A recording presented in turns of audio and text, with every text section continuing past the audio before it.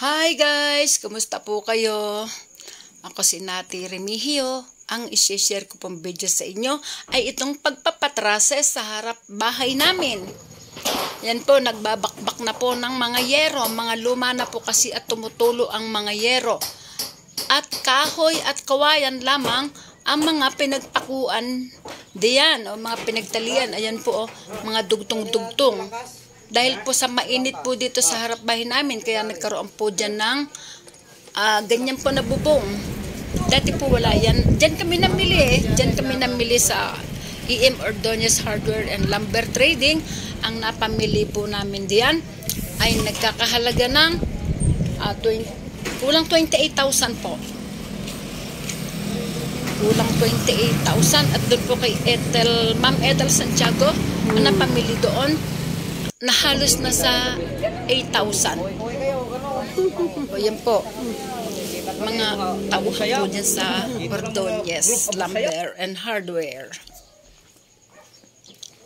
Pasok mo dyan, at sila po ay dumating na po dito sa amin. Nag-deliver na po. Mabilis lang po sila nag-deliver.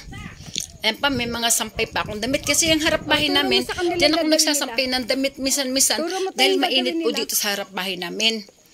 Ayan, dito lang po sila huminto sa katapat na bahay kasi po nagdo-double parking po ang mga sasakyan. Kaya napalayo po sila ng pinagparadahan. Pogi! Mga pogi! Yung yero, kulay blue, 22 piraso yung aking in-order. Yung mahahabang yero, 22 piraso. Konting depresya lang po pala yung may kulay sa walang kulay. Kaya may kulay na ang aking kinuha. Paano nga makakakaway? May ayan, hawak ang kamay. dito sa gilid bakod naman, sa katabing tindahan ko, dyan naman nilagay ang mga bakal. Ayan. Sa daan yan papunta sa aking kapatid.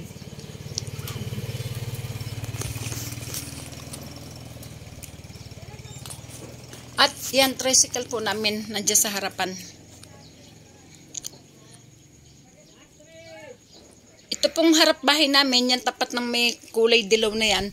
Diyan nagpaparak yung single ng anak ko, saka yung single na isang sira na yan, yung nakataklob na yan, at saka yung tricycle namin, inaakyat pa po dyan. Yung gate namin makalawang na. Ayan sa mister ko, yung guhit-guhit na damit. Kaya doon na lang nalagay. Yung harap bahay na yan, ginawa po kasi namin bodega. Nung kasi nagbabaha, ala po yan, dating parang kwarto o bodega.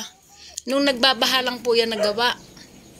Pero ngayon, sa awa ng Diyos, may 4 o 5 taon na po yata na hindi nagbabaha rito. Ayan, sa likod pala ako nag-video yun. Sa likod bahay na po namin itong may halaman. Dito po ito sa likod bahay. Yun, yung gate na kanilang pinagdadaanan. Ayan sa may gate. Yan, daan yan papunta dito sa aking kapatid. Dito sa Reyes family. At sila ay aking pinamerienda ng nilagang saging na saba at soft drinks. Okay, maraming salamat. Ayan na po, paalam na sila. Ayan na po ang nagawa sa ika-4 na araw. Yung isang araw po yung pagbakbakbak. Bali 3 araw po sila nagtrases. Saka nagkabit po ng kuryente pala yung electrical. Ayan, sa electrical po. Ayan, pinakikita ko po sa video. Hindi pa gawa dyan. Kabukasan po, itinuloy nung nag-electrical kasi tinanghali siya ng pagpasok dahil sila ang pinamili ko ng mga gamit sa kila Ma'am Ethel Santiago. Kasi siya sa electric. Kaya siya ang pinamili ko, personal. At ayan na po ang kinalabasan. Pansamantalang nilagyan ng yero yung gilid dito na sa ibabaw ng tindahan. Yan po yung sa malayo ang video. Tsaka dito sa gilid. Before and after nga po pala yan. May katuloy pa po yan. Nag-iipon pa po kami. Pampagawa dyan ng bintana saka gate. Saka yung panlagay doon sa ibabaw ng bubong na yon, na yero, papalitan din po yan. Yan po ang mga susunod namin papagawa dito sa aming harap bahay. dito sa dati naming ginawang bodega. Pero ito po'y harap bahay lamang po namin. Ang bahay